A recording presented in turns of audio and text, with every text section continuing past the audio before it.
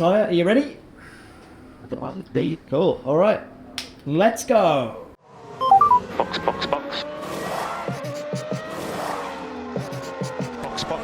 Box. Welcome everyone to Box Season 2. It's great to have you with us again, and as was the case in 2024, you're about to hear from the main players in Formula One discussing themes that are central to this wonderful sport. Passion, business, travel, change, sport, responsibility and safety.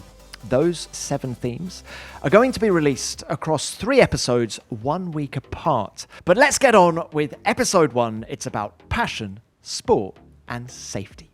Let's start with sport. We're going to hear from a driver who loves sport so much that he's invested his own hard-earned cash in it. Max, it's great to have you on Box again. All things good? All things well, yeah. Now look, we're here to talk about sport, so I want to know from the get-go what I'm dealing with here. How competitive are you?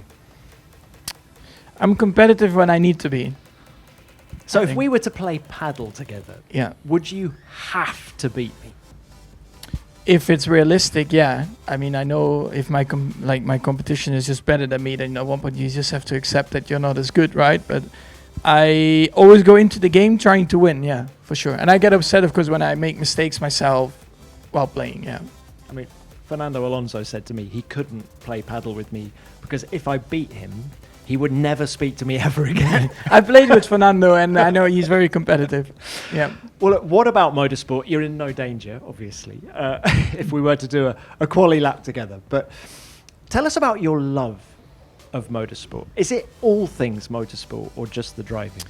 Well, it depends. Depends also in what category, right? So, of course, I grew up, your ultimate goal is Formula One. You get to Formula One and, you know, you're spending your years in Formula One.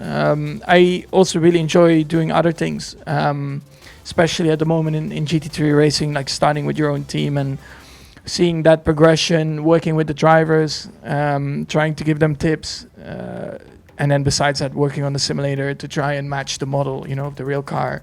So there is a lot of things that come into play. So it's not only purely just the driving side of things. So hang on, it's driving, it's being team principal, it's engineering. You're doing it all? Driver management a bit, you know, trying to coach them to become better. All aspects. So, to a certain extent. And then you need to surround yourself with good people, you know, that also help out, lead the project when I'm away. And it seems that you never have a weekend off, right? When you're not doing 24 Grand Prix a year, you might be in a GT2, GT3. If you're not doing that, you're in a sim. Is that the reality of it? Family life in the middle of it all. Well, I mean, I enjoy just being busy because in general, racing is passion, and that is not only Formula One for sure. So in my off weekends, there's always something going on because I have my own sim team as well, right? So they're constantly prepping for the next event, and I try to tune in, listen in, see what they're up to. There's always a lot going on. But does the reality, the real bit, Formula One, does that still trump everything else, or do you get that's the priority? There's the priority. Otherwise, also I cannot do all the other things, you know. So I need to make sure that I'm doing well in Formula One at the same time. All right. And when it comes to the drivers that you look after, right? Can you give us a little glimpse as to the sort of advice you give them? Oh, I mean, this can be a lot of different things. I mean, in general, you're working with drivers that are just a lot more inexperienced, right? I mean, now this year also, for example, is the first year that I brought one of my sim drivers into the real world. So it's a big learning curve. But at the same time, we entered and I said, I know this is a learning year, but we still compare ourselves with the best. We don't go in there and just accept that P10 is a great result, for example. We still always look back at the weekend comparing ourselves to the best because that's the target. That's where we need to work towards, right? If that's, of course, working towards how the drivers are, how the teams are operating. Of course, you know, we take our class wins here and there. Nice. It's good. It's a good little boost for the drivers also. But yeah, out of every weekend, you come back and you also analyze the things that still can be done better, even when you think you had a good weekend. And that's always, I think, what I try to tell them. Like, you can have a good weekend, you can feel happy with yourself, but you always have to look at things that you can do better. Because even if I win in Formula 1, yes, it's a great weekend, but there are always things that you look at, like, if we tried this or did that, would that have made a difference? Or how can we find more? You never stop learning. You always want to be better, basically. And that's what I apply to the drivers, the team in general, right? When you think, oh, I'm happy with the car, we did a great job. Sure, but how can you find more?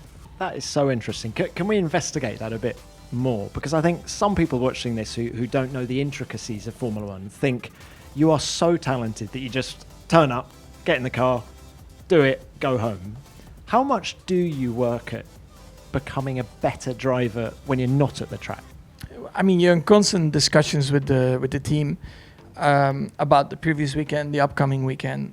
You go to the simulator, so you try a lot of stuff. Of course, in the meantime, there are updates coming to the cars. Of course, our season, I think, has been a little bit up and down. So you have a lot of moments where you learn from, some moments that give you a direction to work from, and then you try to apply that and make it basically a more competitive package. And with that, as a driver, there are always weekends where you think you could have done a better job, or you would have, if you look back at it, you would have maybe tried different things on the car, stuff like that. But that's always easy to say afterwards, but it does give you a direction moving forward. Do you even get on the sim on the Sunday night after a Grand Prix just to try a few things?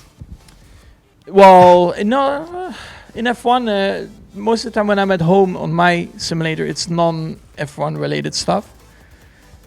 But yeah, I've come home from European races and I've jumped on the simulator because of other projects, and then you're already preparing for that. Yeah, it's brilliant. Look, can I introduce you to Taya?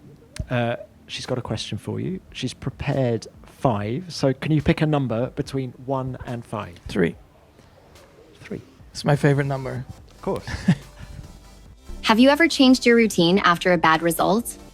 No, because you should always stick to what you think works for you, and a bad or a good result should not define that. And so every race weekend looks the same in terms of what you eat, what time you get out of bed, I suppose, depending on the schedule. Yeah, exactly. That depends a bit on the race that we're at. But in general, I do the same thing. Because at one point also you know your body much more, right? From when you started in Formula 1 to now, I think you need... Well, you should understand a lot better what's going on throughout the race weekend. You need to know when to rest, when to take your private time, be just in your room, for example, not having to think about any racing related stuff. That's part of life also. You have good moments, bad moments. It's the same in racing. It cannot only be good. It would be nice, but that's not the case. Can we talk about other sports now? What else are you interested in? MotoGP, football. Yeah. What is it about those two sports? Well, MotoGP, because when I was a kid, in my off season, I also used to race like these little mini bikes. Mini motos? Yeah, the mini. They're like what? Yeah. This is the mini motor. So yeah, I enjoyed that a lot as well. I think I realized I was a bit more talented on 4 wheels, but I still enjoyed it a lot. But at the same time, also you could hurt yourself quite badly. So when I'm watching MotoGP, I'm quite aware of also the danger. It's going really, really fast on the straights, and I don't know. I just find it insane to watch. Like the bikes are a monster, the riders are insane. Being so low to the ground, the way they're leaning next to the bike, this like stuff that really. Could you get a mini moto right over? Yeah, that would. Yeah, I would, but of course not. Yeah. Not to the level of what these guys would do, but I enjoyed it, and it was a big passion. I stuck to 4 wheels, luckily. I think that was a smart choice. But it's still, I try to watch it every time, every single weekend, if it's practice, qualifying, the race. And what about football? Football, yeah. In general, the big leagues. I'm a big fan of PSV in Holland. More internationally, I would say a Barcelona fan. So yeah, seeing Champions League, but in general also just watching the whole Premier League season is always very impressive with so many good teams. It's really cool. I see lots of pictures of you and Virgil van Dijk together. Is that right? Yeah, because we both of us have a deal also with Heineken, so sometimes we come together and we some like yesterday they played Champions League and he scored the winner at the end of the match. So I immediately wrote him like that was a great goal, like a great header, and he responded to me like 1 or 2 hours later. So he's a good guy, super friendly. He's a giant, but he's a friendly giant. Are there parallels? I know your sports are very different, but you've spent a bit of time with Virgil. Let's talk about football. Are there parallels in terms of what he does to make himself the best version of himself and what you have to do? Well, yeah, I mean, it's a little bit different, of course, because in football you are working with a whole squad, right, that have a massive influence on the end result because you are with 11 or potentially whatever, 14, 15 players, if you have subs, on the pitch that have an influence, and you can't control, of course, what the other person is going through in his life off the pitch. So there's a lot of things that come into place. It's more, I would say, people management, where in F1 it's just one driver that can make the difference once he's sitting in the car for the end result. But I think just as a person, how you prepare, how you live in general for the sport, making sure that you're always your best, making sure that you're ready, making sure that you're there for the most important moments when you need to shine under pressure, that is the same, I think. Diet, discipline, all that kind of yeah, and then performance and then on the pitch or in the car. Yeah. Oh, Max, it's been such a great chat. Look, there's one last thing we're going to do. It's a bit of fun, really. Guess the race. Get ready. Your challenge is to guess the race using up to 5 photos. You'll see them one by one, and you can guess at any moment. The faster you guess, the higher the score. 25 points on the first photo, 18 on the second, 15 on the third, 12 on the fourth, and 10 on the last one. No correct guess? 0 points. Let's play. Here's the first pick. What Oh can you my tell God. us? Where, when, what? Oh, 22.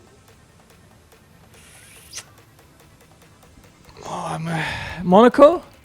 What are you looking at? What's Well, giving rear you these wing, clues? my helmet, the air intakes. You can remember helmet from each race? You know that's... No, but I know that helmet, I think, was used in 22. Is it 23? Really? That must be Monaco then. Because I think in the middle of that season I changed my helmet design a little bit. I thought the air intakes would be... It's crazy how much that has changed so quickly. You're not meant to get it on the first pitch, but it's really impressive. What else about that car tells you Monaco? So the air intake is... The rear wing. Okay. And maybe a little bit that slide on the background where it's like a barrier or something. Okay, so well, let's show Max the next picture. Now, does that cap give you a clue as to where or when? You're right, by the way. Monaco 23. But does that cap give you a clue? No. With caps, sometimes I'm struggling a little bit, but Let's do next picture. Yeah. Do you My remember that pole lap. moment? Max. That was a good lap. You've done last some pole sector was laps, good. right? Pinging. It was like pinball off the barriers, wasn't it? Yeah. It was such an exciting Q3 that you and Fernando. Yeah, I mean, Monaco is for us lately has been a bit of a bogey track, I would say. And I mean, that year we were very dominant, but Monaco was not really dominant, I would say. We were struggling actually quite a bit. And I knew going into that final sector that, I was going faster than my lap time, but I knew that I needed more. So I was like, let's just go full send into the final sector, and we either come out of it or we don't. And luckily we came out of it. And that's Monaco for you, because it's almost like you go to tracks where you feel like I've really hit 100% of what I think I can do. But sometimes in Monaco it almost feels like you need to give it 105, to really almost like just risk it all and just see if it sticks or not between the barriers, left and right. Oh, it was a brilliant race, brilliant weekend, and brilliant to have you on the show. Max, thanks so much for your time. Thank you. Box, box, box, box, box, box, box. Pierre, a very warm welcome to Box, Box, Box. How are you? I'm very good. Now, Yourself? I'm good, thank Yeah. you. I'm very good. And we're here to talk about sport and not just racing. I mean, let's wind the clock back. As a kid, was it just racing for you, or was there other stuff going on in your life as well? But I like to let you guess what was the first sport I practiced as a kid. I was 3.5 years old, and my town in Rouen, Normandy, is quite famous for ice hockey. And one of my brother used to practice ice hockey. So 3.5 years old, went to skate. Well, tried to skate, because it's not like you get it right straight away. But yeah, it was started with ice hockey for a year, until the manager told me I was too young to practice anymore when there was a manager swap. So that was it for me.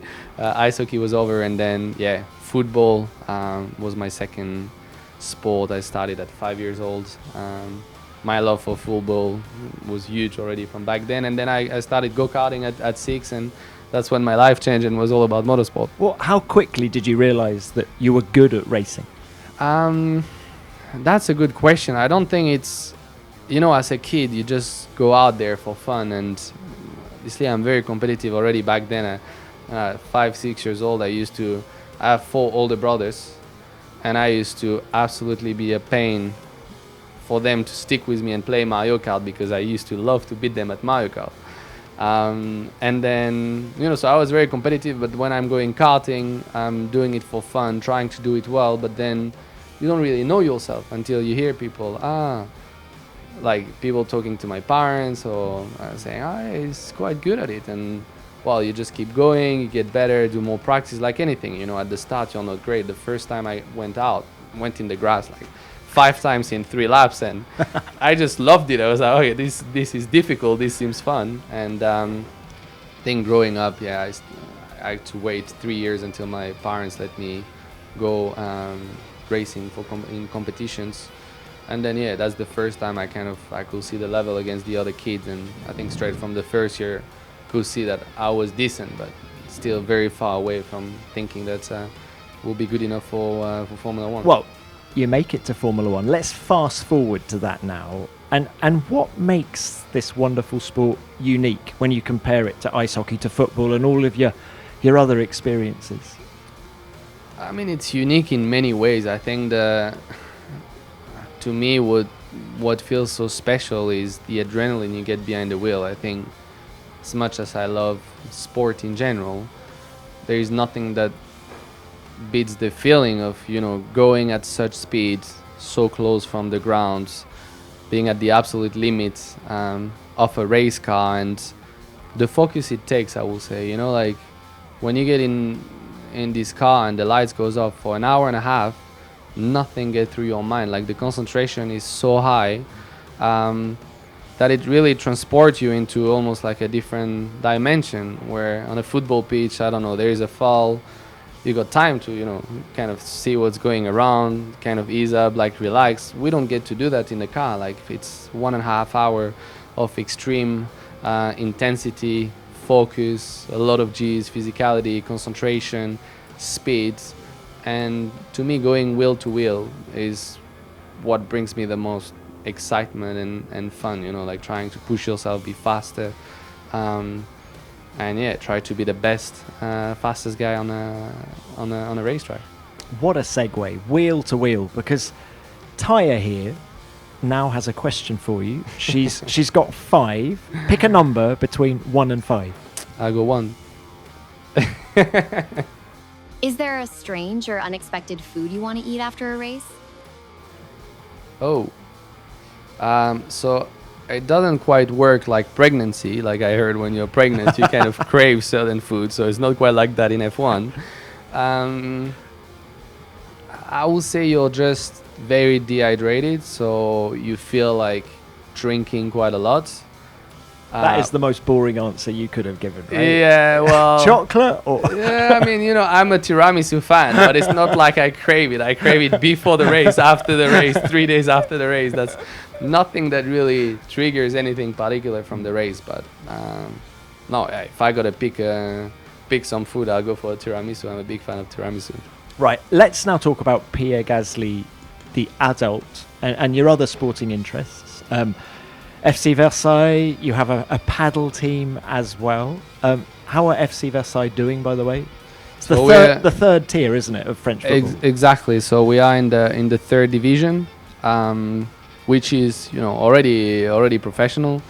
And I mean, the team is going well. I must say, I'm a big football fan. I could speak about football for hours and days, and I'm watching many games. I finding super exciting. I think I get probably more stressed watching football games than I am for my own races, because I'm not in control. I'm behind the screen screaming like an idiot and seeing the gaps and pass there, like shoot there. Like I'm really into my football. But I must say, since I got involved in Versailles, I look at it from a management point of view. So obviously, as an athlete, trying to provide the best environment as an athlete from what I know and I learned from my career as a top athlete, and then also see a different side of football, which is with talking about stadium, about infrastructure, about transfers, about there is a much wider side which I'm also discovering and I find fascinating. That's the expensive side, right?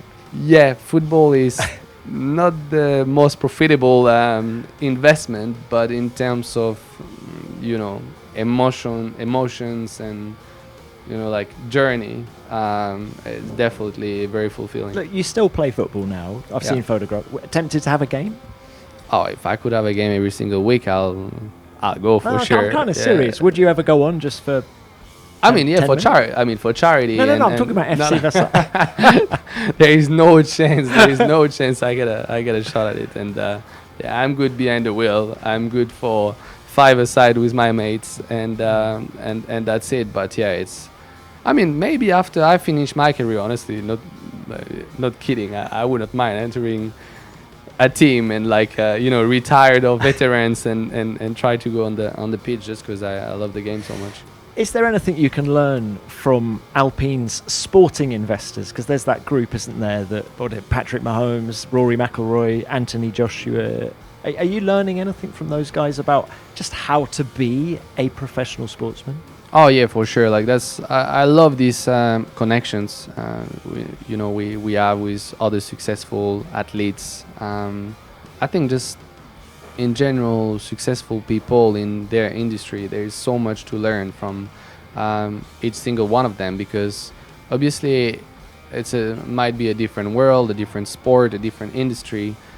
There is a lot of similarities in terms of mindset, in terms of work ethics, in terms of even mentally the way they approach their challenge. And then there is all the side of it, being in F1, being so exposed. It's not something you get taught at school, like when you have so many cameras and you have so many people judging every single word or every single action or every performance. At the end, we're all humans, and we try to deal with our own way, but it's good to share that with the others and understand a bit more the deal with that, with all of these different parameters, which we don't really get anyone to tell us before we get to that level. So it's very, very inspiring. I love that. I think it's also something when I was back in Red Bull, we had such a wide pool of successful athletes from any world. And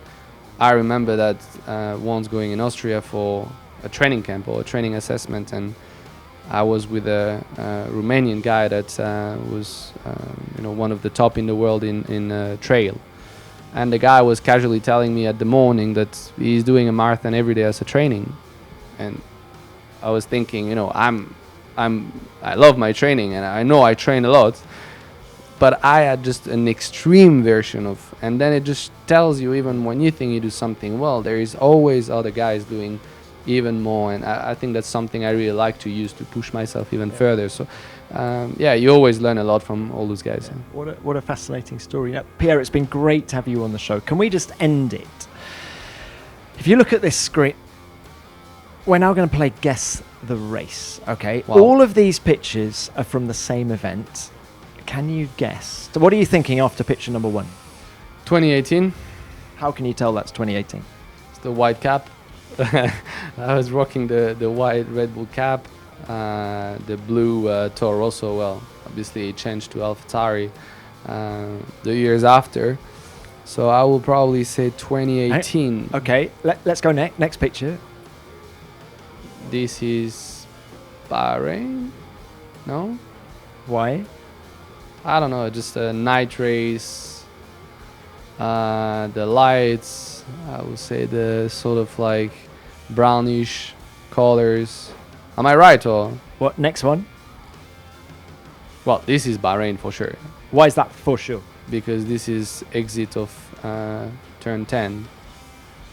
Yes. So, Pierre, you are spot on. Let's just see the end of the pictures. yeah, Of that's course, turn 10. So you qualify sixth. yeah, You qualify sixth and you finished fourth. fourth, yeah. Your first points in Formula One. Honda's first points when they Yeah. came back to Formula One. This race was for me very special and iconic because I had like quite a long journey until I got to Formula One and never had any manager. I didn't have any finance. I didn't have like political support, so I had a lot of grinding to it, and mentally like just pushing Helmut and having to go step by step, winning championships and still having another challenge with another championship, going to Japan, and I knew all I wanted was my chance.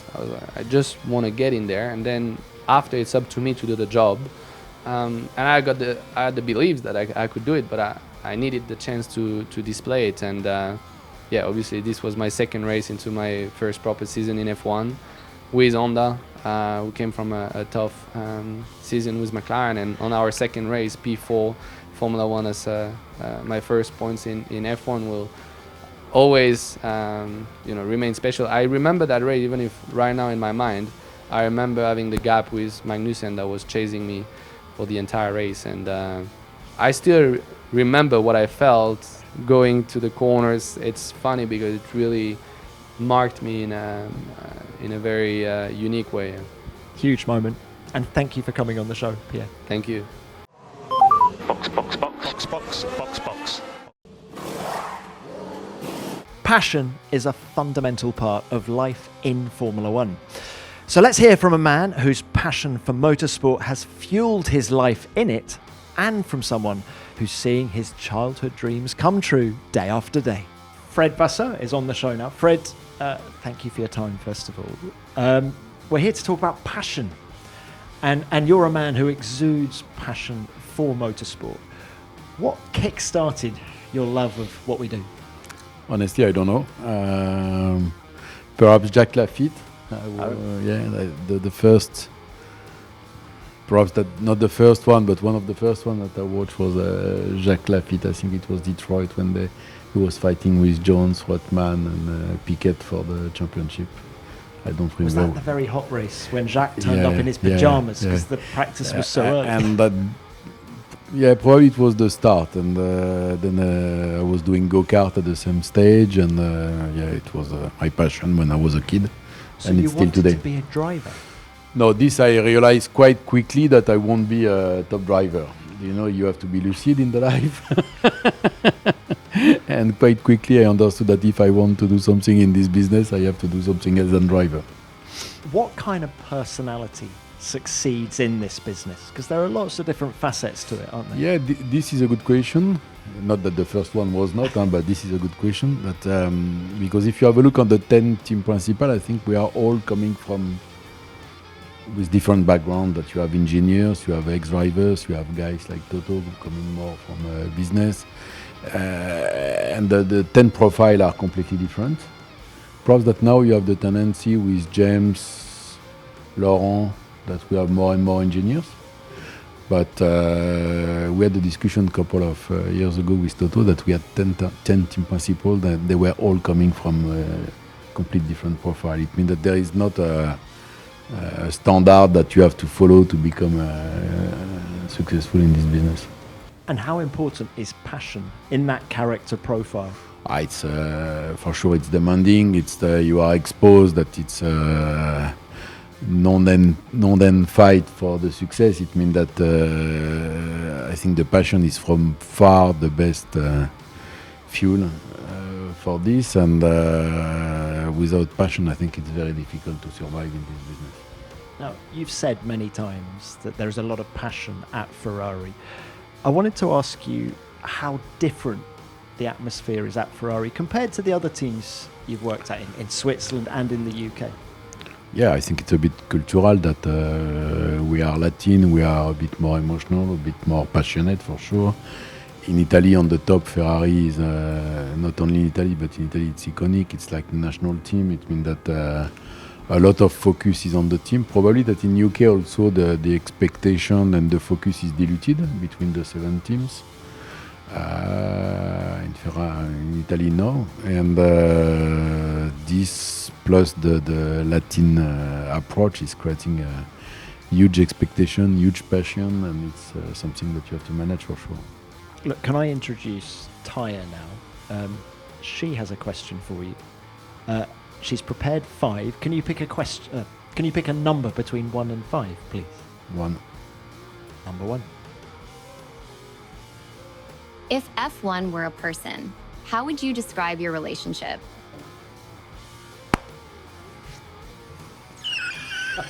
Have you ever thought of F1 as a person? No, we are in love. I don't know. Honestly, it's a tough question. Yeah, it's honestly I'm spending more time with the team, into the team, than with my family and my wife. That and for sure this it's true for a lot of people in the world, but it's also when you are at home, and I think that I'm still thinking about F1 quite often, and at least my wife is telling me that I'm thinking about F1 too often, and this,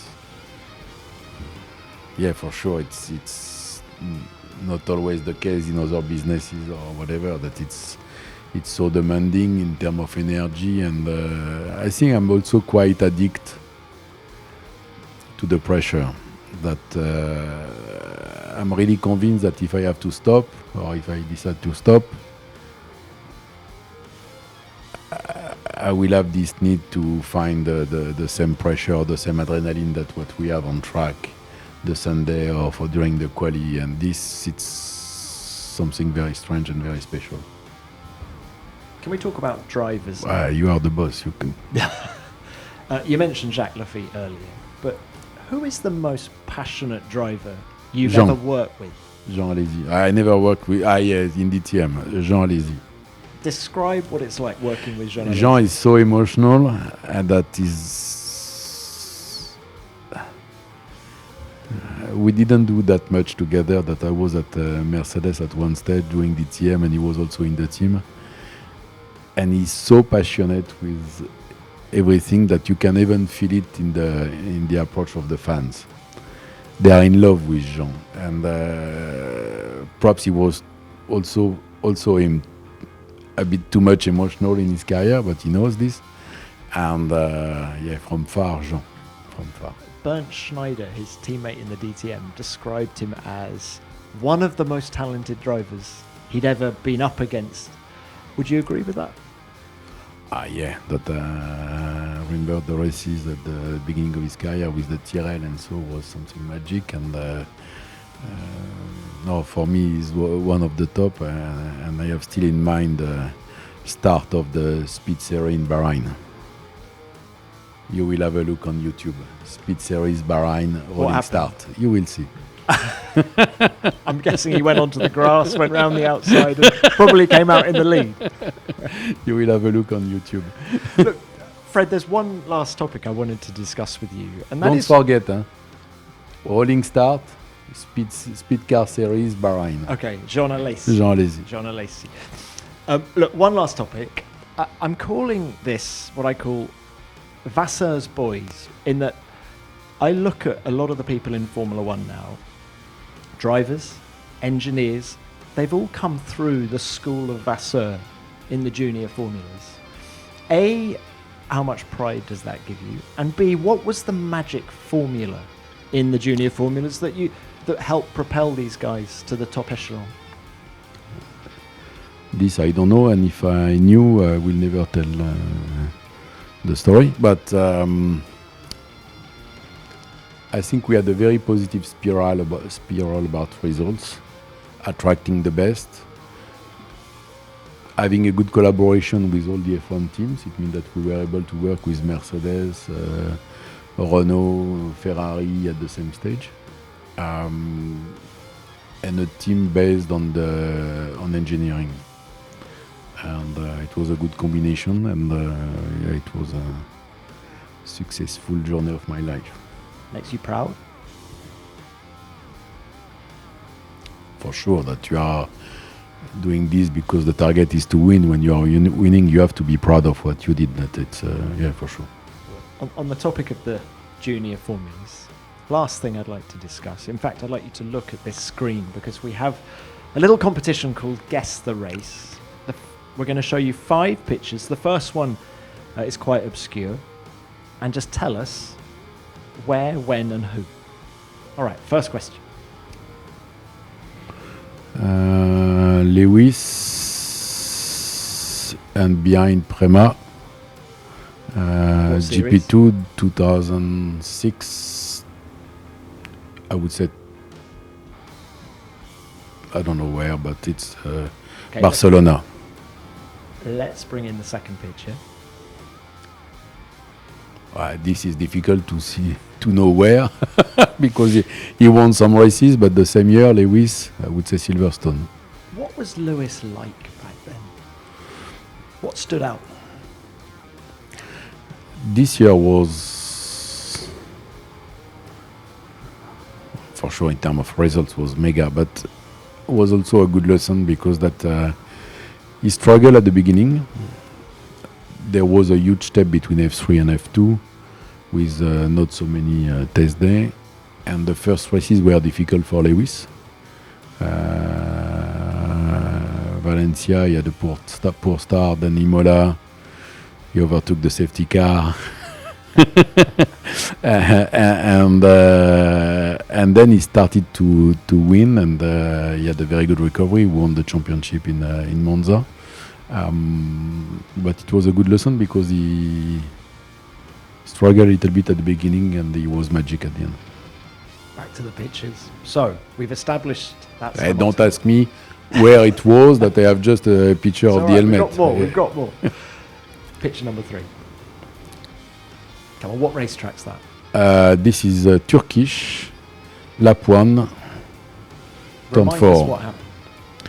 He spun just after this, and he came back from last to P2. He did indeed. Such a phenomenal race. Let's just look at the rest of the pictures to remind Fred.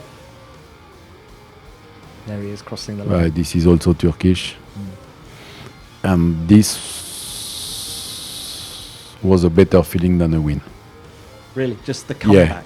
Yeah, the comeback. And I had the feeling at this year's that nothing can happen. You know, when you have to overtake 20 cars, or you say, okay, perhaps next one will be we are close to the crash. But he was so much in control that I was never scared.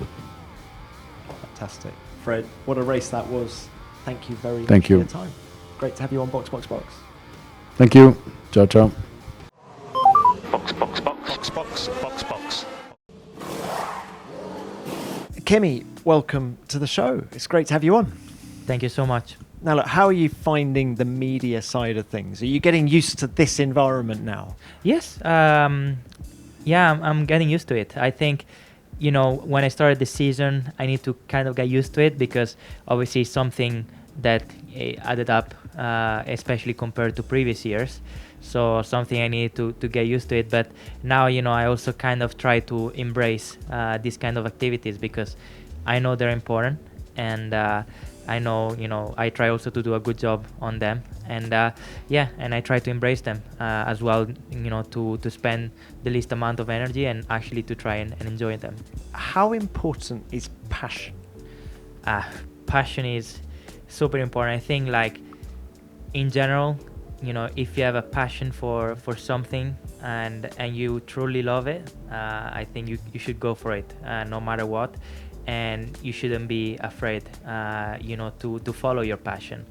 And I think, I'm really passionate about the sport, about the motorsport, and I absolutely love it.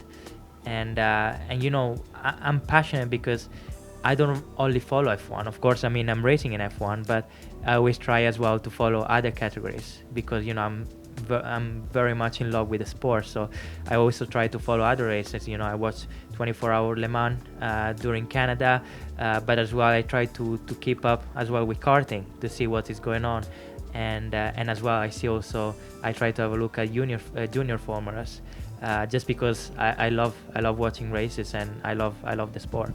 How committed to Le Mans were you while we were in Canada? How many hours did you watch? Well, I tell you this funny story. So it was quali day, and I think was a Thursday or a Friday qualify. I don't remember very well, but I had to do this signing with the team, and I just kept delaying it because I told them I have another priority now, which is watching the 24-hour qualifying. So, you know, I was there with other members of the team, and we were like really into the moment. You know, we were actually excited because it was, you know, last minutes of qualifying, and it was so tight. But we were just so excited to see who was going to get pole. What about you? What are you more passionate about, driving or competition? Oh, this is an interesting question. I think driving. You know, I love driving. I love the feeling of speed and the adrenaline that you have while driving. But at the same time, I'm a very competitive person. You know, what drives me every day is, you know, the wanting to win, wanting to be the best out there. But I think, you know, it first comes, you know, for also of the love, from the love of driving. You know, I remember the first time I sat in the F1. I absolutely loved it. I remember I had goosebumps. I was shaking, just, you know, by feeling the power, the downforce of the car, and you know, it was such a cool experience. What about Senna? Because he's a bit of a hero of yours, isn't he? You've had his helmet and things like that. What is it about Senna that you admire so much, and does passion come into that? Yeah, for sure. And I think what really inspired me is not only the fact of, you know, how successful he's been as a driver. You know, he has achieved so much, you know, done so many records, and as well, you know, he was absolute animal on track, and also, you know, how competitive it was. You know, it's something to get inspired from. But also what really inspired me is the person he was. So outside the track, you know, I was someone who was always trying to take care of also other people and trying to give back also part of what he was receiving. So I think, you know, also that was something really special of him. Now, Senna got 65 pole positions, and if he were still racing today, he'd get one of these for each pole position. And Taya here has a question for you. She's prepared 5. Give me a number between 1 and 5. I just need to give a number. Just for now, just a number. I'll go with 1. We like number 1. Listen to this. Yeah. Have you ever changed your routine after a bad result? Ooh. This is a tough question. I'm a very superstitious guy. Oh, yeah. So I have my routine.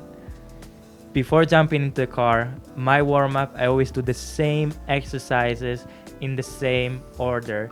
I do this core exercise to warm up, and I always start from the same side every time. And if I realize I'm starting from the wrong side, I restart the exercise just to be sure that I do in the right way. And to be honest, like, it happened to me that after even a sequence of bad results, I would be thinking of, you know, like changing my routine, because I was like, oh, maybe it's not working anymore, you know. Maybe I need to change. I need to do something different. Like, for example, recently, you know, the bad triple header that I had, I've been thinking about, you know, routines and what I've been doing. You know, I was like, oh, maybe, you know, what I'm doing is not working anymore. So I did try something different for Canada, and eventually worked. So I might be trying this new routine for this weekend to see if it keeps working. But yeah, I did change my routine. But it's more like very little details. At the end, warm-up wise, I always do the same. I always put the same music. same order of music as well, and as well when I jump into the car, I always jump from the same side. David Coulthard used to have lucky underpants. No, I have. So what I do is I always wear the same pair of gloves and boots for as long as I can. So until they get a hole. So like nowadays in F1, you get like crazy amount of stuff. I mean, you get crazy amount of pair of shoes and gloves and suit, and always use the same one. Like I always use the same one because first of all, it's also a matter of feeling. You know, I don't really like using new stuff because the feeling is not the same. Obviously, new stuff, you know, it's a bit harder, not as flexible. So also the feeling is a bit different. So I always try to use the same pair of gloves and shoes as long as they last. What's your record? How many races can you get out of a set of boots and gloves? So last year I did almost the full season, but then they got a massive hole, and FIA didn't allow me to run them anymore, which is very understandable because I had a massive hole on the thumb. So this year is a bit different because sometimes we give the gloves to, you know, for example, when we go to Paddock Club, we give them to the guest. But I always try to, especially after a race, to hide this pair of gloves so I can use them in the next race. Kimi, I've so loved this chat. Yeah. Look, final one from me. Talking of passions away from the track now, is there one thing on your bucket list away from the track that you really want to do? Oh, there are many. Definitely, I would like to go on a bike, but two-seat bike. So not driving myself, but just from behind, sitting from behind. Because I know Ducati, for example, they organize this kind of days. Because You want to go on a circuit? Yeah, on a race circuit. bike? Yeah, race bike on a circuit. Yeah, I know it's kind of crazy. Randy Mamola does that at MotoGP. I Yeah. think. Yeah. It's kind of crazy, but we love craziness. And I wouldn't drive myself because I know I will kill myself, and it's good that I stay away from the bike. But you know, if I will go with someone who knows how to drive it well. So I would love to try just to feel, you know, how different it is compared to a race car. Because I never driven a motorbike in my whole life. You know, I've always been on the car. So I would love to experience that. You want to get your knee down? Yeah, my knee down. And then I can flex it to my friends, you know, even though I wasn't driving. But definitely something I would love to do. So this on top of my bucket list. Then watching NBA game, because I actually got really That's passionate. easy to sort, isn't it? Yeah. I was meant to go to Miami this year, but couldn't. We couldn't organize at the end. But definitely is something I would love to do because I like basketball, and also when I'm in Italy, I go to watch some of the games because I like the game. And then one last thing I would love to try is bungee jumping, which I'm not really allowed to. Maybe when I get older. Maybe when I'm like, you know, when I'm like 80 years old. You're going to bungee jump aged 80. Yeah, I can. Yeah, probably when I'm gonna be at 80, that, you know, I've done what I had to do. I can bungee jump. Oh, I want to see that. Yeah. Oh, Kimi, look, that's been so brilliant. Look, final thing before you go. We're going to have a bit of fun now. Yeah. It's called Guess the Race. We've got 5 photographs Okay. we're going to show you now, all from the same event. They start hard and get a little bit easier. So here's picture number 1. What are you learning from that picture? I think this was Budapest sprint race. How can you tell that from that picture? Because it was a painful race. I mean, I flat spot in turn 1. So And the tyres giving it all away. Is Yeah. that what it's- so basically going into turn 1, I broke too hard and I flat spot. And then I just struggle for the rest of the race. But the tire looked too much in a good state. because I remember I killed it even more. Right, But well- I remember it was the front left, so I'm actually Let's look at picture number 2. yeah. I think you might find, and picture number 3. Yeah, this is Budapest. Yeah, so it's the right one. It's the right one. It's the right one. Yeah. Yeah. I Not remember. the sprint race though, right? Was the sprint race? Not the sprint race. I think if we get another No, picture. no, no. This is the sprint race. I remember, because I won the future race. I think This is the no. Yeah, this is the sprint race because I was so much like, well, this future race that I won. that's actually what we were gunning for, was the feature race. But you're saying that some of these pictures are actually from the sprint. Yes, yeah. Because of the lockup. Yeah, of the lockup. But yeah, this I remember this race very well. So sprint race was bad, but then future race was good. I mean, the feature race was amazing. It was Yeah. a chaotic race, wasn't it? There was a couple of safety Yeah. cars, and I think when we went green for the last time, you were what, P5, yeah, and then you just went on a mission, didn't you? yeah. No. Because you know when you get the feeling that it's actually coming, and I actually fell in the safety car.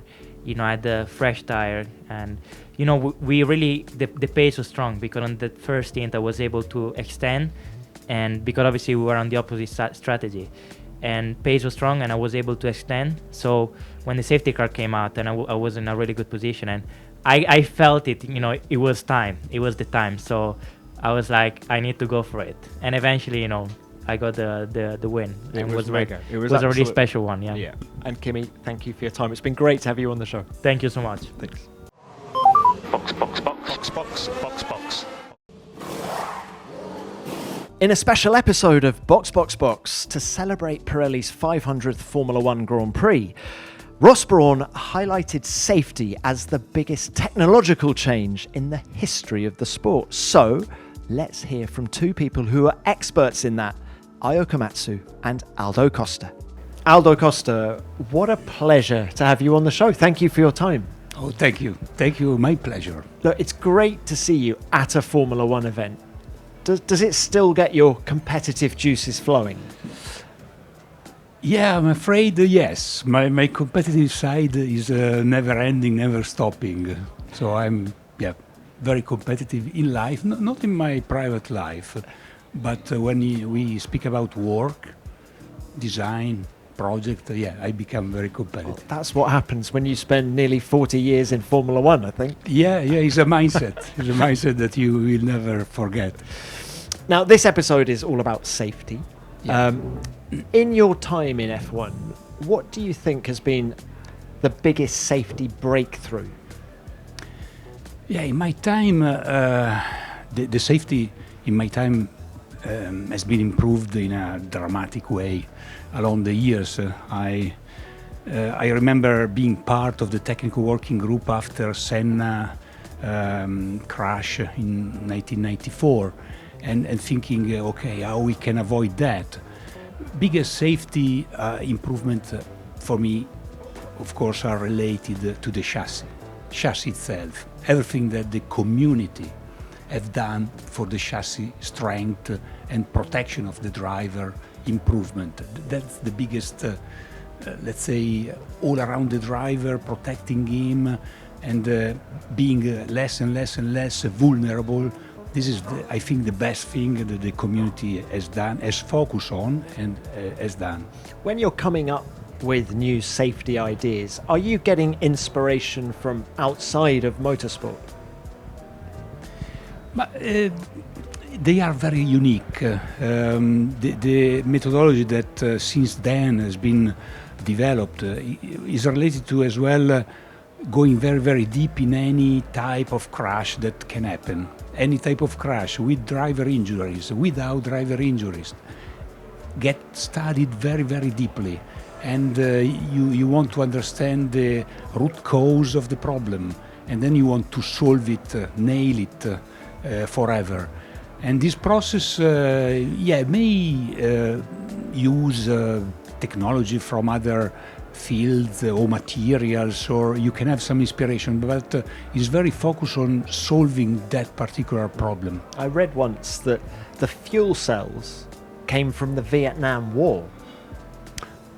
Yeah, the fuel cell is a an aeronautic spec fuel cell, and for sure it gets utilized in many other industries, not only on racing car. Racing cars probably is the smallest field in the usage of that kind of technology. Now, Aldo, motorsport is and always will be dangerous. Obviously, we've made great strides on safety, but tell us a little bit about when something goes wrong, how it affects the team and how it affected you. And I'm thinking specifically of Silverstone 1999.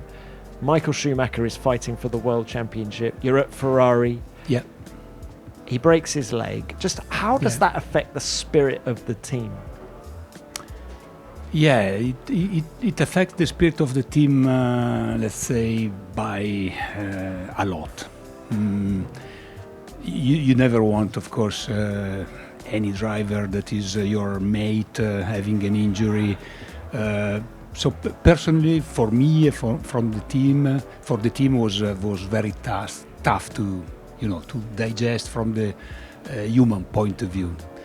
But then we are engineers, so we have to think about the problem and make that it will never be repeated again.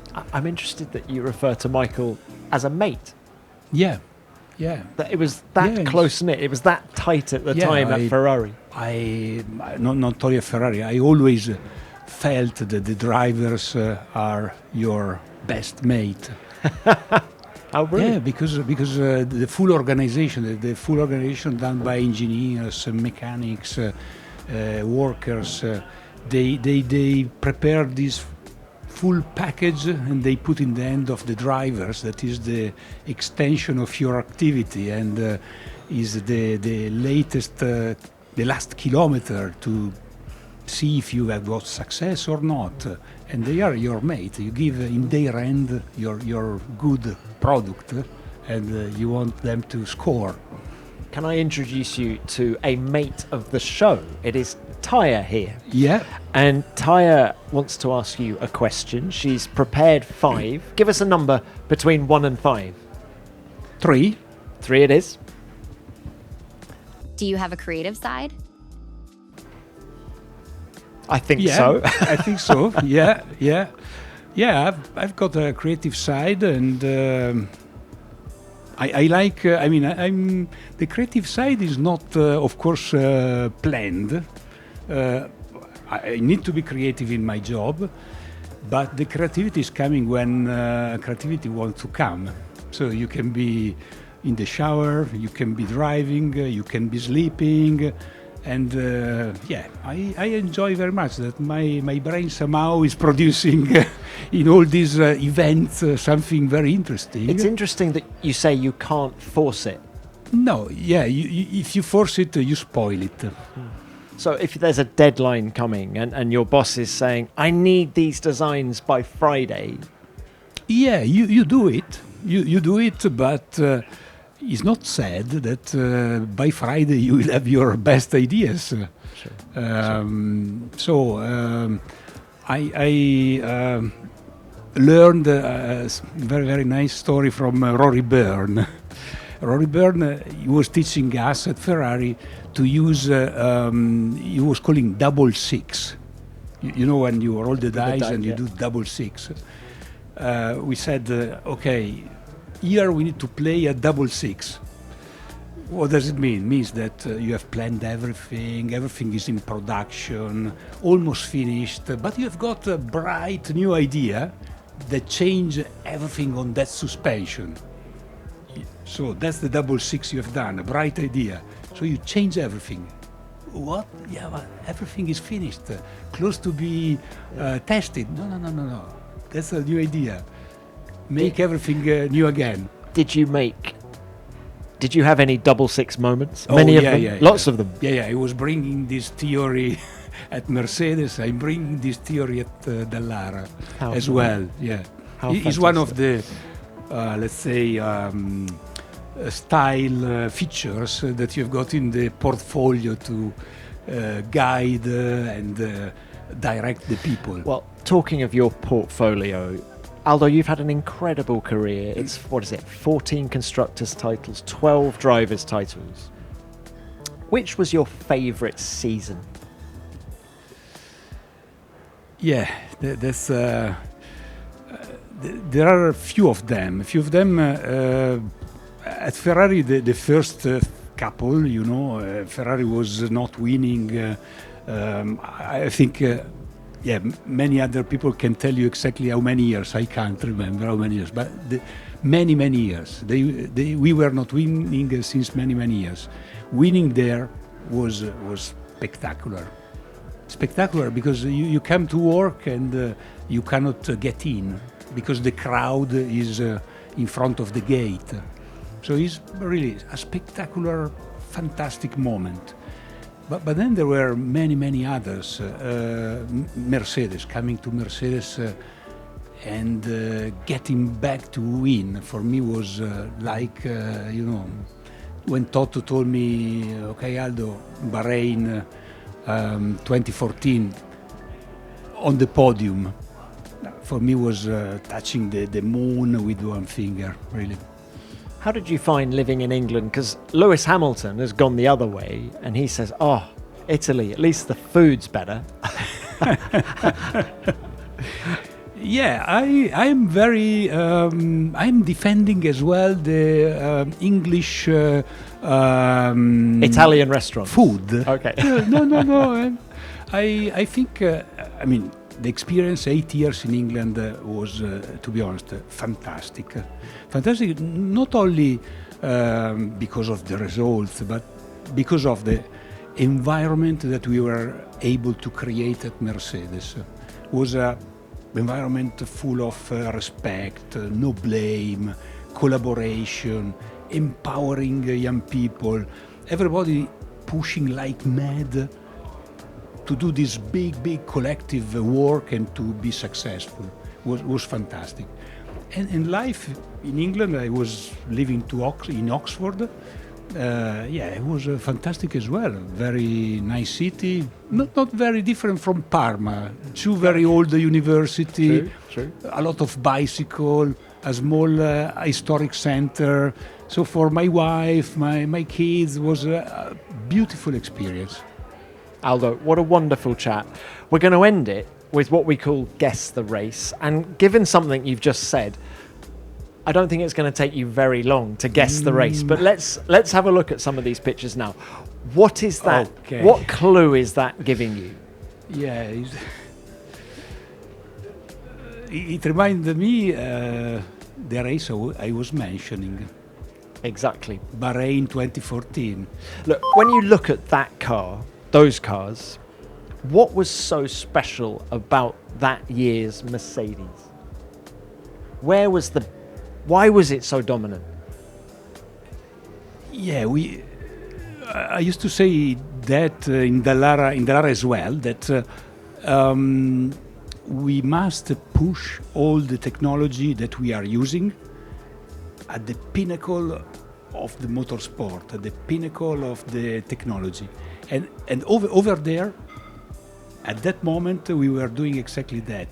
We arrived to the track with a new regulation, with a power unit much more studied than anybody else, tested the new dynos that no one had, designing the car with a lot of brave things that no one had.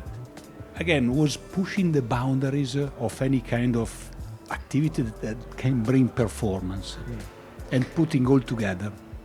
And what made it so special was the safety car went in with 10 laps to go. Yeah, I remember. And you can see here Lewis Hamilton, Nico Rosberg having a play fight in Parc Fermé because they had a tremendous battle, didn't they, in the closing laps? Yeah, and I remember that way. I mean, we didn't had the possibility to change the tire, so we had as well used the tire, but the car was capable at the restart to make the gap. And how special was it to be up there on the podium? That was, as I said before, one of the best moments of my career, because 50 years old, I left Ferrari, coming to England, everything new, driving an English team. Can you imagine all the people in Italy saying, "Oh, what are you doing? You are going there. They will not accept you. It will be difficult." No, it was fantastic. The team was taking me on board, and I felt a lot of respect from everybody. So it was fantastic. It was a sort of big revenge. What a great chat. Aldo, thank you very much for your time. Thank you. Thanks a lot. Box, box, box, box, box, box, box. Welcome to Box Box Box. It's lovely to have you on the show. Thank you for having me. Now the episode is all about safety. So I wanted to start by taking you back to Bahrain 2020. What springs to mind when you think of lap 1 that year? What springs to my mind is just all the memory, as in of course I remember it visually, but just the smell of the car when it came back, the whole horror, and then how long it felt until we realized Roman's actually safe and out of the car. So yeah, it's just the whole thing just comes back very quickly. It was a horrendous accident, obviously. What do you think Formula One learnt from it? I think we just need to make a continuous improvement. Like a Halo, many drivers, including engineers, had various opinions, whether it looks right or etc., etc. But of course, without Halo, Roman wouldn't have survived that accident, so that saved him. So, and then also car going up on the frames, in fire. That hasn't happened for many years, but it's just a stark reminder that as engineers who's responsible for people's lives, things like that happen. So we got to really look at every single detail to make the car as safe as possible. But at the same time, like I said, Halo, we made a huge improvement, chassis, everything, right? So that's that actually the fact that he came out alive from that incident is a testament to everyone's hard work over the years, not just last 5-10 years, but many years going on to that. But again, lesson is that we cannot be complacent. We got to continuously push hard to make the car as safe as possible. Not just the car, even the circuit design. Did that accident change your relationship with Formula One in any way? It didn't actually. No, because again, good thing was that all the measures introduced worked, right? So that was good. The fact that the car went up in the frame shouldn't have happened, but we learned from it, and then regulation has been changed to make sure that's safer as well. So we are learning continuously. That's all we can do, So I don't think my relationship with F1 changed as such. What about your relationship with drivers? You'd work with Roman, I think, for every single race he did in Formula One. Yeah. Did it change your relationship with drivers? Again, I don't think it did. Of course, that was the worst thing ever happened to any of the drivers I worked with. But what was moving was actually seeing the onboard footage afterwards, the one which is not in the public domain, but knowing that he didn't give up any second, and every single decision he made in the cockpit surrounded by fire was correct, and he did absolute his best for his family, his wife, his kids. That was really truly inspirational. So, but my relationship with drivers really never changed. I don't think we take that safety lightly anyway. So, yeah, I hope that something like that never happens again. But has it changed my relationship? I don't think so. Okay. Can I introduce you to Taya? Taya here wants to ask you a question. She's pre-prepared 5. Give us a number between 1 and 5. 1.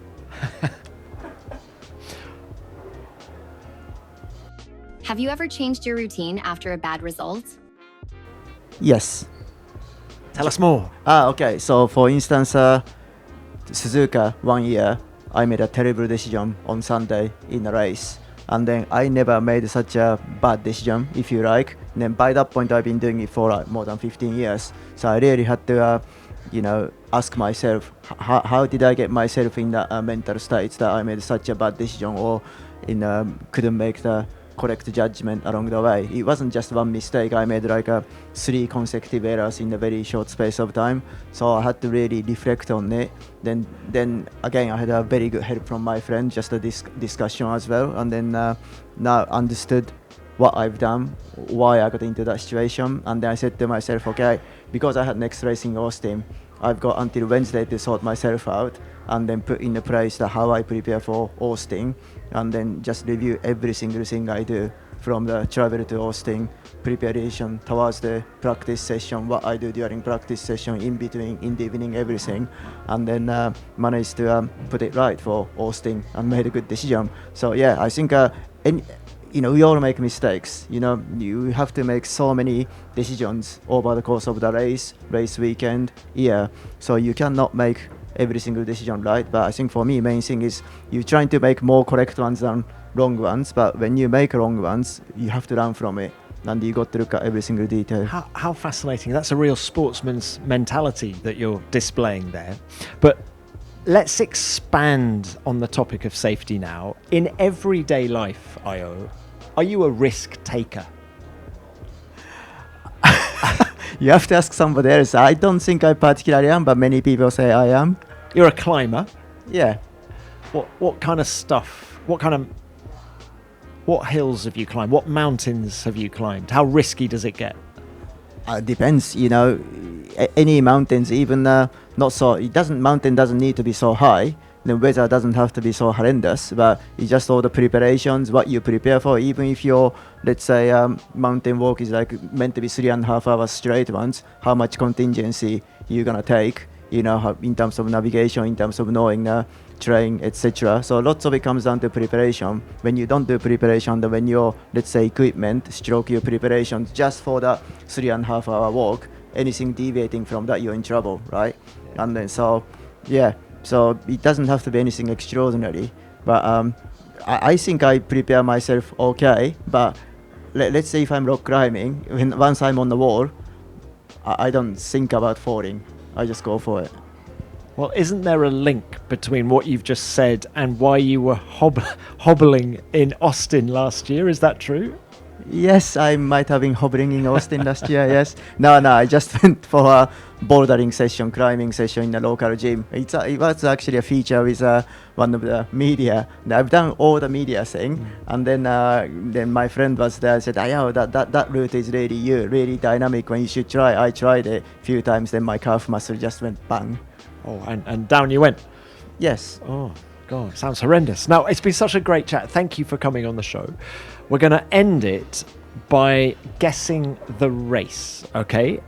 We've got 5 pictures coming your way.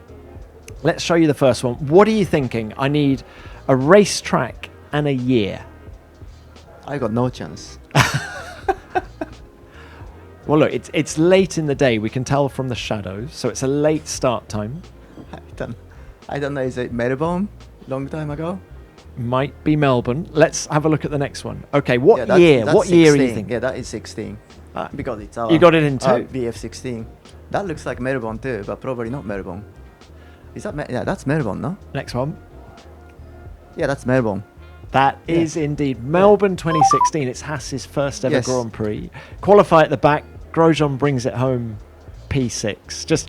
Can you just give us your memories of that race? That was absolutely amazing. Because again, leading up to Melbourne as a brand new team, so first you have to build a car. So you are building a car in Italy, not much sleep, it's such a hard work, and even to fire up the engine, right? And then by the time we left Dallara to go to Barcelona testing, everyone was on their knees, including myself. And then we realized, we haven't even turned the wheel at all, we just fire up the car.